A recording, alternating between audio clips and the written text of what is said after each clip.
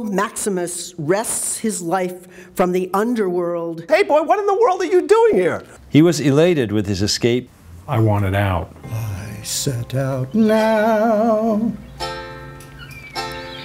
in a box upon the sea.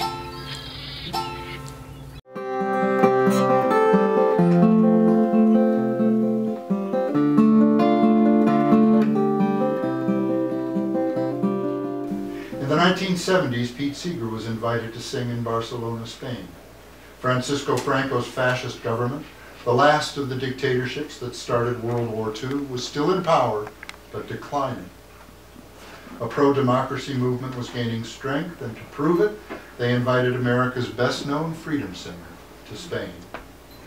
More than 100,000 people were in the stadium, where rock bands had played all day, but the crowd had come for Seeger. As Pete prepared to go on, government officials handed him a list of songs he was not allowed to sing. Pete studied it mournfully, saying it looked an awful lot like his set list.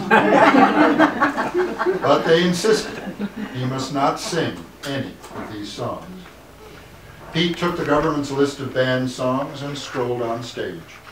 He held up the paper and said, "I've been told that I'm not allowed to sing these songs." He grinned at the crowd and said, "So I'll just play the chords. Maybe you know the words." They didn't say anything about you singing.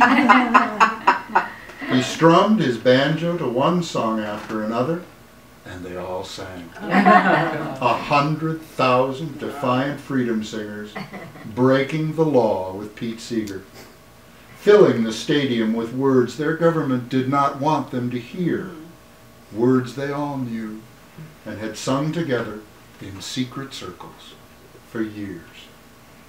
What could the government do? Arrest 100,000 singers?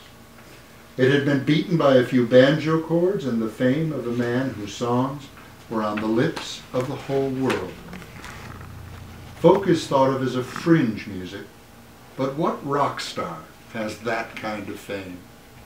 Which of the world's great pop stars could have done what Pete Seeger did, knowing that 100,000 people from another country, speaking another language, would know the words to the songs he came to sing for them, and that they would rise and do it in defiance of their government? That is fame.